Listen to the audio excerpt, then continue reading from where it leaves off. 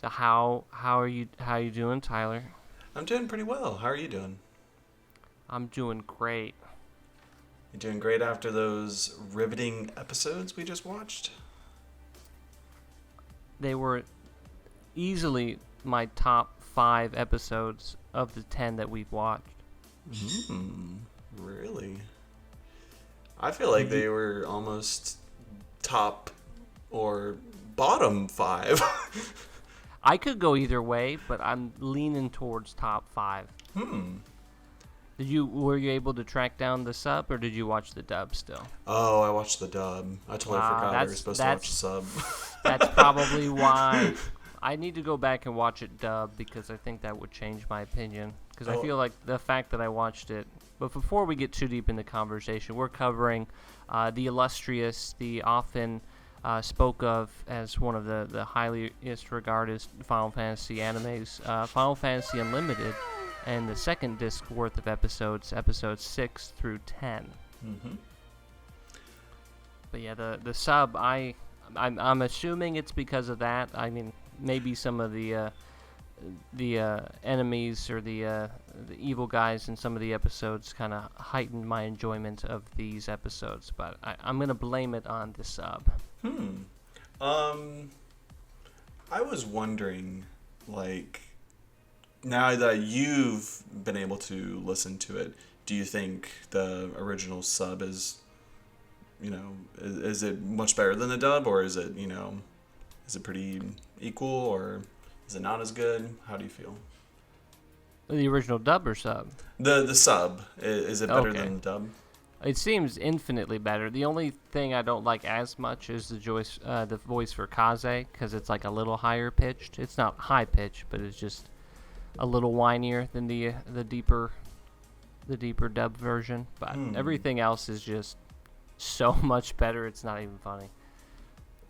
And I don't know if I'm gonna be interested. There's a point I think in the 7th episode or 8th episode. I'll have to check my notes where a character says something that I'm like, I bet they don't say this in the dub because it's a little edgy. So I'm curious to see if any of the story or how they present it changed because of the language. Okay. So let's start with episode 6. That was the Kingdom Hearts episode, right? Kingdom Hearts, Yeah. the savior of souls, or nobodies. No, what do they call them in Kingdom Hearts? Yeah, they're nobodies. Mm-hmm. Yeah. So yeah, So episode 6 was Keegan Arts, right? Keegan Arts, yeah, the savior of souls, was the Yeah. little subtitle thing. So we get a little glean into Lisa's backstory, just a little bit, not a ton. Yeah, what do you think about Lisa so far? Yeah, I did write down that note. I wrote down Lisa, and then I misspelled origins as organs, but yes, Lisa organs. But yeah, again, that was I think we talked about in the last episode. One of the core mysteries, aside from the parents' disappearance, was kind of the mysterious Lisa, and getting a little more glimpse into maybe her backstory is definitely something I was wanting to see, and getting in that 6th episode. That, and I wrote one other note before I skipped that. Apparently, they in this universe eat chocobo. Yeah, they eat a lot of different interesting. I think in one episode the Earl was eating a Marlboro. Yeah. Yeah, I was like, oh, that probably doesn't taste good because Marlboros are historically in the Final Fantasy series can give you like every single horrible status condition. So I imagine they probably don't taste that good. You think the Earl was wearing a ribbon? Whoa. That's for our true Final Fantasy. Yeah, that's for the deep cut fans. Uh, yeah, it's interesting how the Oscar said he prepared a chocobo meal, right, or something like that. Yeah, I just wrote down a note that just said "eating chocobo!" Yeah. exclamation point. Yeah, it's like a running gag each episode where like Oscar makes the Earl some kind of dish, and then the Earl usually throws the dish or the spoon in Oscar's face, and it's like the same animation over and over again. It's the same kind of problems that the first couple episodes we're having, where they definitely repeat using animation a lot. But I think it's funny. They're funny bits though. Yeah, one of the cool parts about the sub is that I actually learned the proper spelling of all their names. Like, I always assumed it was just Oscar, but it's like Oscha, which I think they show in the title of one of the future episodes too. Oh, okay. And then Chocobo's name is Chobi, which I think they go over at some point. Yeah, Urba, they were saying spelled, Chobi in these episodes. Yeah, these ones, yeah. I think that's when they finally name him. Urba is spelled like, herbs, so it's like, I was spelling it like Urba, it's Herba. And there's some other ones like Poshi Pocket, how to spell that. Because I know that's important to a lot of people listening. When they write their fanfic. I mean, he's top 5 character. Oh, yeah. Obviously. And then we get kind of a weird, Urba was mentioning the hug, which is good foreshadowing for the last episode we'll cover. But what did you think the hug was? It kind of reminded me of in Dragon Quest. What do they call that? Where the squish or whatever, when they put the slimes next to their faces. I can't remember what it's called. I'll have to look it up. But yeah, I'd only played Dragon Quest 11, but they kind of make it seem like it's sexual. Oh, it's like a motorboat kind of situation, but it's just slimes. They're like, oh, do you want to do this? And then it'll cut to black and you hear all this noise, and it'll be like, oh, yeah. So that's what I thought hug was maybe, but unfortunately not. There really wasn't too much in episode 6, besides it loosely touched upon Lisa's power. I guess she has this connection to interact with the spirits of things, and she's able to bend. Spirits within things? Oh, yeah. Oh, there you go. There's another connection. We have Kingdom Hearts. We have Spirits Within. The expanded universe. This series is just getting crazier by the minute. It kind of backfires on her in this episode, though, because I guess she has to fully commune with the spirits and to understand what they do. And previously, I think it was the last episode, wasn't it? Episode 5, where Sid was telling them that the water of oh my god, what's the world they're in? Wonderland? Yeah, Wonderland. The water of Wonderland has different properties, and it's full of this chemical that Sid uses to power his machines. Yeah, I wrote down Alenium, I think is what it's called. Yeah, and so I guess it backfired on Lisa in this episode, and she was able to catch the water on fire, and it was more of a more harm than good kind of situation, because she wasn't making sure of to balance her powers or whatever. But Kaze came to the rescue, and really nothing too grand happened. I thought it was pretty interesting in the episode when Ai gets knocked out and gets unconscious, and then Lisa has to give them, CPR.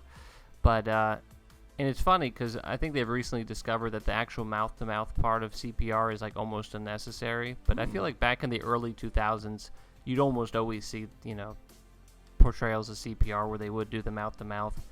But I don't know if it was just because of the age dynamic, but she was just doing the, the chest, what do they call those? Where you pound on the chest to resuscitate somebody. Mm-hmm. But eventually was able to bring back Ai, so no sad story, no dead children at the end of this episode, thankfully. Yeah.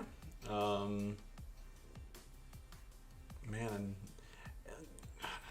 and it's not a knock against the series. I think this series is doing well enough, but none of these episodes have really stood out to me yet. Where, except for the episode where the final Lord of Wonderland makes his appearance. Pissed. I liked him a lot. I liked his design, and I liked his entrance a lot. But besides that, this episode, was meh. I mean, do you have any other, like, you know? This was definitely the weakest. I mean, I don't know if it's because, again, I watched it like a week and a half ago, but before we sat down to record, I was thinking, like, do I need to rewatch these? And I read the notes for this first episode. I'm like, I don't remember any of this. Maybe I do need to rewatch them. And then I read the notes for the other ones. I'm like, I remember all these really well. It's just that first episode wasn't the strongest, so... I feel like kind of a weak start to the disc, but yeah, I think we can move on to episode 7. I feel like it gets a lot better. They introduce a character in this next episode I really like, and there's just a more interesting... It gets a little darker, some of the lore, so I'm curious if that matches up in the dub version too. But this is episode 7, Subway, Enemy of the Dimensional Tunnel.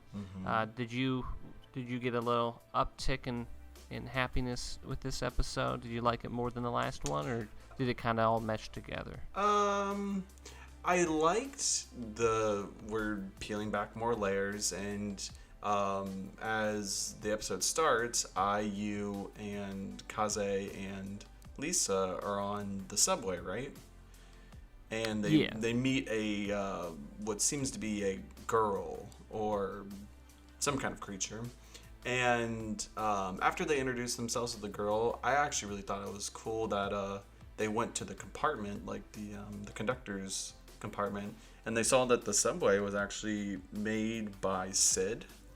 Yeah. Which seems interesting. I was like, ooh, this is cool lore. But to take it made back... me think of how stupid they are for never exploring the rest of the train. Yeah. Like, I don't know, maybe your parents could have been on, like, any other compartment, but let's wait a while before we get there. Let's just sit around and just wait till we get dropped off at another random location. But yeah, taking it back, we're introduced to a new character. In the dub, her name is Lou. Is that how it is in the sub? Yeah, Lou Lupus. Oh, it's just Lou in the dub. Well, they may say Lou, but I think they first introduce her as Lou Lupus. I'm not sure if they say Lou every time, but interesting. Lupus, I think, is like a root word, like lupine, which refers to like wolves and dogs and shit. Yeah, it's like Or if you watch the show House, it's never Lupus. It's a deep cut for our House MD fans. Yeah, true fans. I mean, there's got to be a lot of overlap. Final Fantasy Unlimited, House MD. I mean, birds of a feather, right?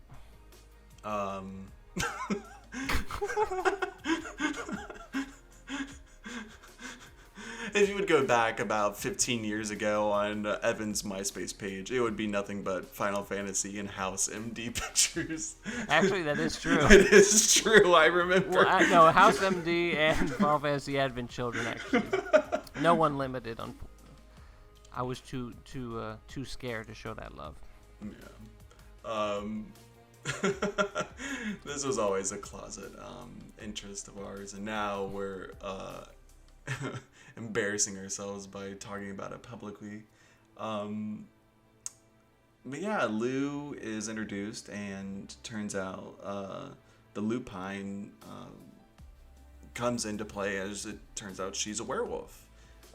But instead of there needing to be a full moon, the way she transforms is needing a mirror, which she uses the reflection of her eye to begin this transformation, and then she becomes I don't want to be mean, but it's like it's borderline furry werewolf, but I mean it matches the art style, so. But I mean, I guess you want to corner that market too. That burgeoning furry market in the early 2000s. And another really interesting thing lore-wise happening in this episode is that we're introduced to this cosmic force called Omega. And in this dimensional space where the subway exists, there is a giant claw coming after them, and it's about to destroy the subway and all of them on it. And so, with the help of Lou, and finally with Kaze's summon, they're able to temporarily defeat part of Omega, because I guess the backstory is that at some point before these events, Omega was a being that was destroying parts of Wonderland until it was shattered into many different pieces. We don't know how, but right now we only see the claw of it. And Lou sacrifices herself, or we are led to believe that Lou sacrifices herself to... Spoilers for next episode. Oh, well, no, they resolve it in this episode. Oh, yeah. At the very spoilers end. for the rest of the episode. Yeah. So if you paused halfway through and turned into this podcast, ooh. Yeah. But, yeah, it was one of those fake outs, she, noble sacrifice of Lou after she used her hyper beam attack. But turns out, no, she was okay in the end. Yeah, because the end compartment of the subway got detached, and then somehow she wound up on that, and at the end it magically came back to the subway. Who knows? It's Wonderland logic, But I did like this episode. The summon was Ifrit, one of my favorite Final Fantasy summons. Not too big on the design. Yeah, I was just gonna say I didn't really love the design on a lot of these more recent summons. They're very polygonal, just very plain. Too abstract. Maybe it's easier, I'm guessing, with digital animation to just make that, but not as interesting to look at. It didn't really, aside from just having fire, didn't really remind me of any interpretation of Ifrit I've seen in any of the games. Yeah. But they're doing their own thing. Yeah, they're trying to set themselves apart, but I feel like they could have tried a little bit harder. They could have, I don't know. Made it look cool. Yeah, done anything, really. And I put a note just to... The Omega is definitely one of the more interesting things that's introduced in this episode. And Omega always makes me think of Omega Weapon in some of the games, but they destroy him with Ifrit because it blows up like some sort of sphere in Omega's hand, like a core, I guess, of some sort that was keeping it alive. So kind of interesting. I can't remember if it's this episode. I feel like at some point they reference it as a crystal, which would kind of give it the Final Fantasy crystal theme that's prevalent in pretty much every entry. Yeah, and that's usually when I always thought that was interesting when the Earl's henchmen usually make a monster appear. They send down a crystal too. So I was wondering if that ties in back with Omega. If these or just kind of like Monster Rancher when the disc. Oh, sorry, never mind. Just kidding. Connection.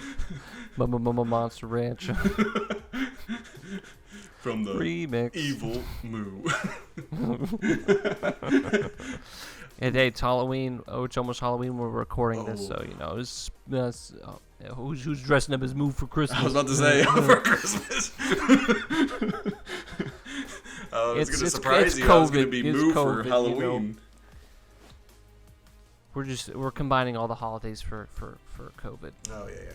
Gotta get them out when one fell swoop. You never know when the world's gonna end, so.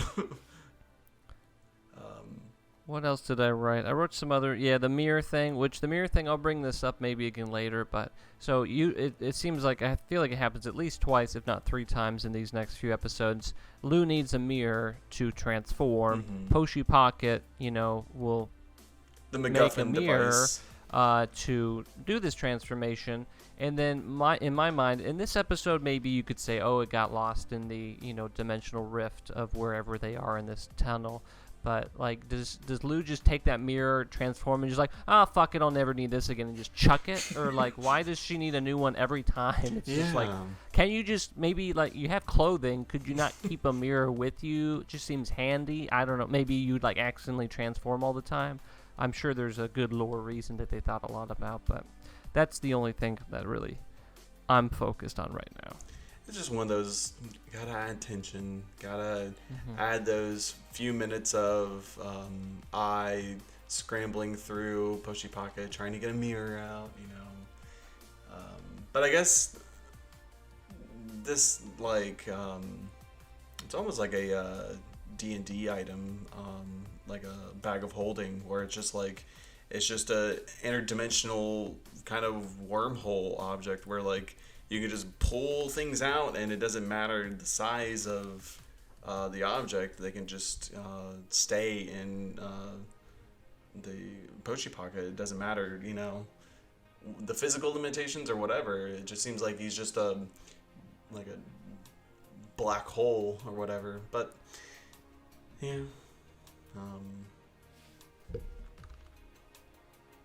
we're trying to say this episode was a banger. yeah. Check it out. But Yeah. since I think we've said all we need to say on episode 7, we will transition to episode 8.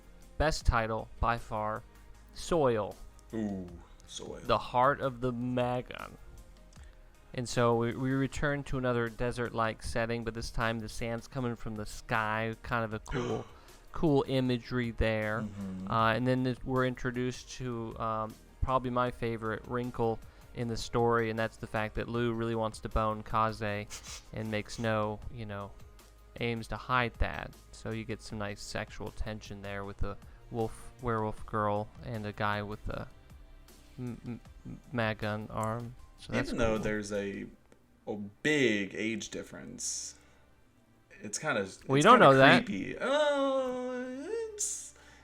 It's kind of implied just because just the physical representation of what. So she petite women looks. can't be attracted She's to not a taller woman. men. She's not a woman. She's a girl. They could age different. We don't know. I'm just trying not to judge. Okay. She looks about the same age as the other kids, so it's kind of. I'd say a little older, but it is a little weird. Yeah. This is where we got the Marlboro meal that you referenced earlier too, which, like you said, I'm surprised he didn't get some status ailments, but. And then again, I think I already spoiled the surprise. This is probably my favorite episode. I think you liked it as well because of the introduction of Pissed, which is just a great name for a film. In the dub, his name's Peast. Oh, Peace. Yeah, that makes more sense. Yeah, that's how you. That's how They even say it as pissed in the Japanese one. So I was like, oh, I wonder how they say this. That does answer my question. It sounds like Peast. Another reason why the sub is superior. I loved how he rolled in this convertible with just filled with water in this throne room. I was just like, this is extravagant and amazing, and I love it. He's quite the boss. He's got his little water gun. He's got his face on the back of his head.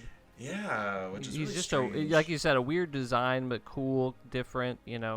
Weird in a way that's actually interesting, not just in a weird way that's just kind of throwaway. But And he's actually a smart character. Where this episode he explains that hey, you guys are idiots. That you've been defeated so many times, but with your help, I've been able to come up with a plan to defeat the Black Wind. And then he uses his plan as an example on McKinsey. little foreshadowing of what's to come.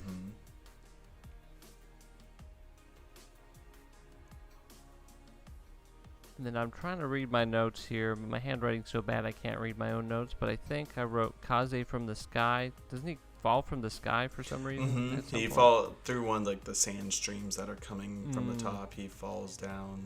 Yeah. I don't really understand how he was on the train. He was on the subway train with them, so I don't understand where he went. He went somewhere. I guess Wonderland doesn't operate by Euclidean, whatever they say. Trying to make fun of people that I can't remember what they said. Don't worry about it. But anyway, the next part I remember is when Kaze and Pissed or Peast, whichever you prefer, are kind of duking out at the beginning. I think Kaze kind of doesn't wait for him to Pissed to finish his little villain speech, and I wrote down, at least in the sub, he says, "You're not gonna wait for me to introduce myself." Yeah, so he says that I in the dub enjoyed that. too. Yeah. Nice. Yeah. And then the next big thing, I guess, is the sand gum, which is this weird kind of material that steals the mag gun from Kaze. Seems a little OP. Mm-hmm. And then the next line I wrote down, that I hope they kept in the dub, is I can't remember if it's who does it, but there's a point where somebody tries to attack Pissed, and I think it's probably Lupus who tries her hyper beam attack, but Pissed says, "I fart bigger than that." No, they didn't. They definitely did not say that in the dub. I wish they did. Dang it! I was gonna say I would go back and watch that episode just so I could record that, but dang. C'est la vie. Yeah. With Kaze's Magun thawing, he starts to transform into the gun version, but just right when the gun's about to form, Pissed is able to swipe it off of him, and then he takes the gun. And later on in the episode, we see that to no avail, that only Kaze has the power to wield and fire the Magun. Because I guess, like how he said in one of the previous episodes, is that the Magun has his heart in it. So I guess he can only control his heart. In the sub, he says, "Magun is my very life." Oh, so, yeah. I don't know if it's the same. Maybe the heart. I mean, it kind of makes the same point there. But yeah, it's kind of like all the great guns. You know, it can't be used against the protagonist. So always nice when you see that happen. Obviously good for the plot, making sure Kaze doesn't die so we can find out more of his mystery. And then I think the last part of the episode, we get a cut to the Earl where he learns about, through Pissed, Omega, and seems very concerned about Omega. So kind of like in the first 5 episodes, we were kind of wondering, is Oscar going to be the big bad? Maybe Omega is this kind of force of nature that's really going to be the biggest threat in this series, or maybe there's someone even higher than Omega pulling, Omega's strings. So obviously someone had to, separate Omega into these different chunks that are going around Wonderland. So perhaps whoever destroyed them. But I've got a theory, and I can't remember, they might have already alluded to this, that probably Mackenzie and or Kaze were the reason that those chunks were separated of Omega. Maybe. That'd be a cool twist on. It wasn't just they were fighting. It was maybe they were, doing something. They teamed up or something and tried to, and maybe they lost some of their memories or something. But I was thinking it would have been cool. Like, this is like I was explaining in the last episode. My brain's going a mile a minute during these episodes, and I'm just coming up with my own fan theories. And I was like, man, it would have been amazing if Kaze was the villain the whole time, and Mackenzie's the good guy, and Mackenzie is just like a spy, and he's just learning, and it turns out there's a role reversal. I was like, oh, that would have been great storytelling, It's like they don't know Kaze. They just assume he's a good guy just because, he's just doing all these things. There's gonna be some Shadow of the Colossus shit at the end, man. It's gonna be pretty rough. But yeah, I don't think. Yeah, this episode ends with the Earl learning about Omega, and then the next episode, episode 8. Which one? Episode was that 9. one? Or episode 9? Yeah. Okay. Yeah. Which one's that again? Oscar, the Endless Project. Oh, okay. I remember that one. So we get another flashback at the beginning of this episode with Lisa. Kind of, I think it's from the first episode where they show her witnessing the pillar and the gun dragon and the sword dragon duking it out with each other. And then this episode, not my favorite of the bunch. I didn't really, the whole weird kind of robot android-y people just working in a production line, assembling and disassembling It seemed like things over and over again. Maybe it's kind of statement on our society. But I didn't read that much into it. Yeah. I don't think they were trying to.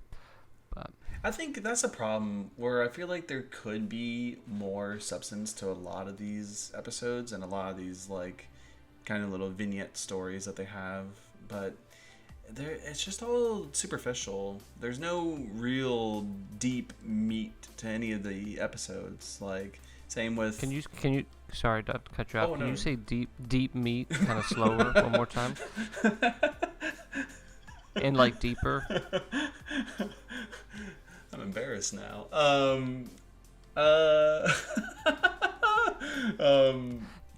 On that subject though, I did write a note that said I think the Earl butt slaps Urba at some point during this episode. Yeah, so that was kind of weird. Yeah, the way she was like pointing her butt in the air and she just looked like she was blushing. I was like, okay, this is weird.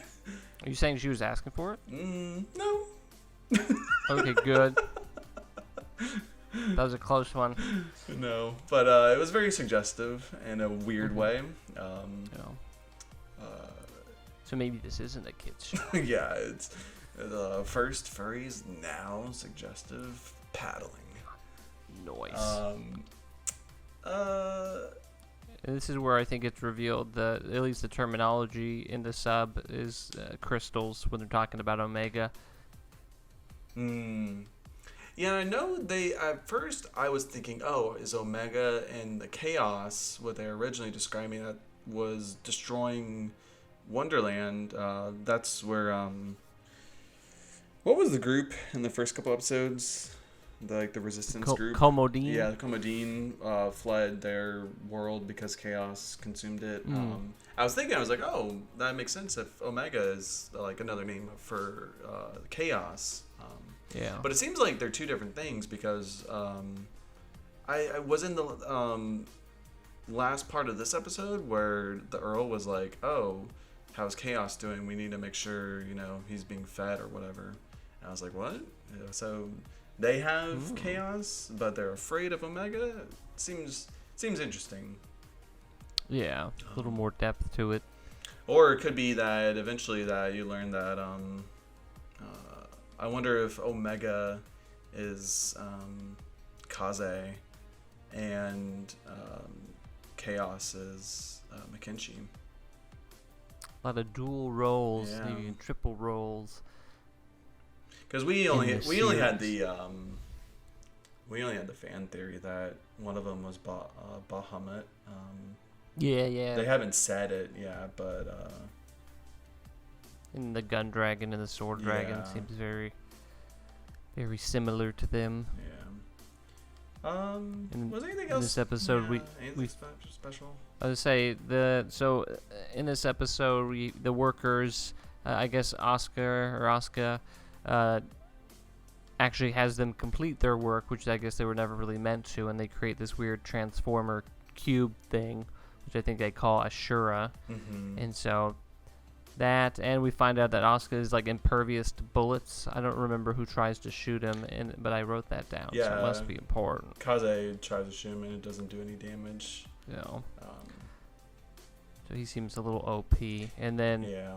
with Bright Silver, Destroy Black, and Steel Gray, Kaze summons Odin, another pretty iconic one. But again, this design, kind of like Ifrit, was just a little too polygonal it's just and bland. generic looking to me. I'm like, is that Odin? I guess if I squint, it could be. He's but on a horse and he has a spear. I guess he's Odin. close enough. Well, it's a rough edit, but just throw it in the episode. We'll give it some texture later. It's like when you procrastinate on a project and then you're like, oh god, I got 5 minutes left to just do something. And you put like the most bare bone ideas on paper and you're like, okay, I'll give you a D on this. I'll give you a D on this. And this leads into the last episode for our discussion, episode 10. Oh, right before we switch over, there's one other important note. Oh, okay. At the end of this episode, for no obvious reason, Lou just leaves. Oh yeah, that was strange. She's like, I know what my mission is now. Bye. Well, I think is she pursuing Kaze? Yeah. It was Is just that like, oh, so? I'm gonna go find Kaze, which I thought was kind of nice because in the couple episodes they were like, oh, they're kind of forming like a Final Fantasy team. You know, Yeah, they're forming a party. yeah, they have you, Lisa, You, Lisa, and I is how. you, Lisa, wait. There's so many different. I'm getting confused, but Just some grammar notes. We'll iron it out later. Yeah. But yeah, then the next, like you said, the next episode, final one for this disc is Final Fantasy Unlimited Episode 10, Mansion: The Memory of Sagiso, which I think was the most bizarre and different than the rest of them. It kind of gave me some Luigi Mansion vibes for a second. How did you feel about this episode? Kind of good timing for Halloween is what I was thinking. Yeah, this one's a lot more abstract than the other ones for sure. We start off with the episode where the group, now without Lou and without Kaze, is in this town that's not really a town, that's just all made of rock, but it looks like a town. And in the distance, crossing a bridge, they see two people traveling away from them, and it looks like to be the silhouettes of I and Yu's parents.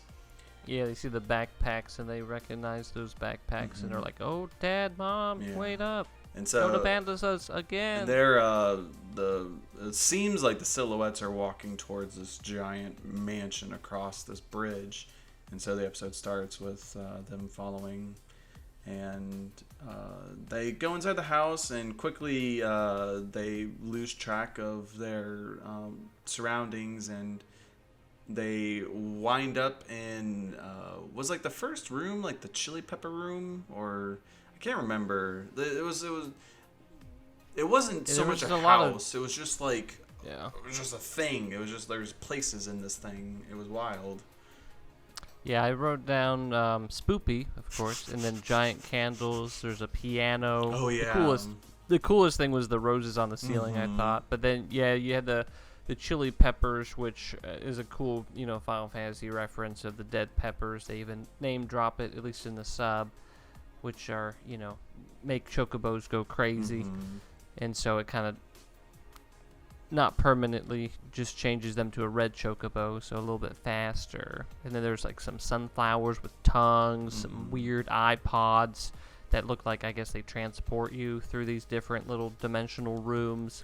And this is where we finally get the hug culmination, but I still don't exactly know what they are. Yeah, that's the thing where I feel like there's a lot of cool ideas. Like you were saying, the sunflower room, it's obviously hugely influenced by Van Gogh's paintings. If you even look at some of the backgrounds in the scene where Yu's walking around, you can see how the sunflowers look like they're just like painted. They have the same kind of like paint style as Van Gogh's sunflower pieces. Oh, that's cool. I didn't even think about that. Yeah, and it's like you could definitely tell they're trying to be more cerebral with what they're this place is different. It has a different art style. It just looks jarring, but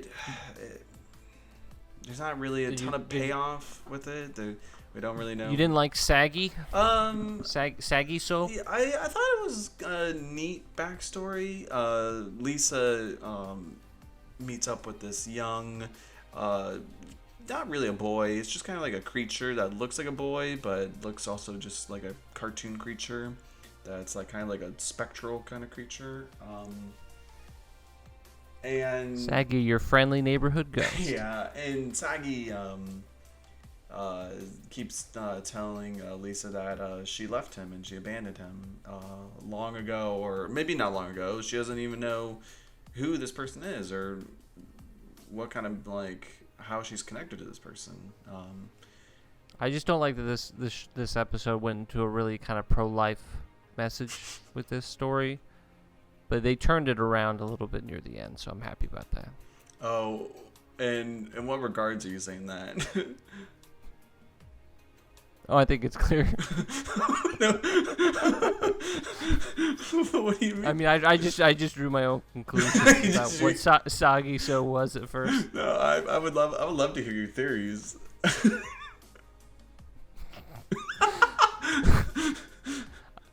In the sub, I believe it was called Aborted Fetus. Was it really? No, I'm joking. Oh, okay. I was like, whoa, what? Yeah, it got a lot darker. No, I was just joking. Oh, okay. About if Lisa had left something. Oh, okay. But this, before, let me circle back, because that reminds me, because I'd mentioned earlier, I like that this, not even a joking way, it did get a little darker. When I think they talk about Lou and her homeworld, we kind of forgot to mention that, like, Omega destroyed everything she ever knew and her whole family and her whole world that she came from. And they show a little bit of that. I'm not sure if she says it in the same way in the dub, if she mentions, like, oh, yeah, my whole world is gone, But that's a little bit more higher stakes than we've seen in the rest of the series, and that got me a little more invested. It's not like, oh, Wonderland, no consequences. I mean, we talked about the Komodine and how they referenced how, some of their world was destroyed, but they were kind of nameless, faceless soldiers aside from Sid and Nave or whatever. But with Lou, we got to actually see it happen in like a little flashback of everything kind of disappearing around her. So just wanted to bring that up before I forgot it. And speaking of Lou and flashbacks, it seems like every time that Lou touches Kaze is having a flashback of he's regaining some memories of him interacting with this woman. That might be the same species as Lou. Yeah, maybe not. Possibly.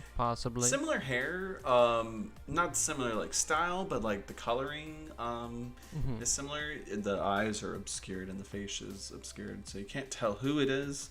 But yeah, I'm gonna guess it's Mackenzie's younger sister. I'm calling it now. I just had a weird vibe. Yeah, maybe. We'll see. Just throwing something out there. I feel like this episode it calls back to the spicy peppers where Chobi eats the pepper because after God, her name's Urba. Urba shows up. Kaze thaws his Magun and summons. What was the last summon in this episode? It was the one that was like sucking everything up. Oh, Atmos. Yeah, it was like this thing is doing more harm than good. It's almost killing everybody. I was like, "What are you doing, Kaze?" And I'm telling you, he's the true villain. Wait, wasn't Atmos? Let me see. I feel like didn't we see Atmos already? Let me look at my notes from the earlier episodes real quick. Maybe. Because I thought there was one where I said like atmosphere. Let's see. No, that was Typhon. Sorry. Similar root words. Yeah, I'm telling you, Kaze's trying to kill everybody.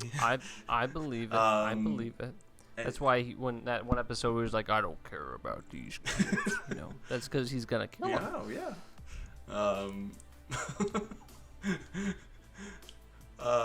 And so yeah, Chobi eats the pepper and is able to turn into a red chocobo and use it to run away. And somehow they're able to escape. And when they wake up, everything is just gone.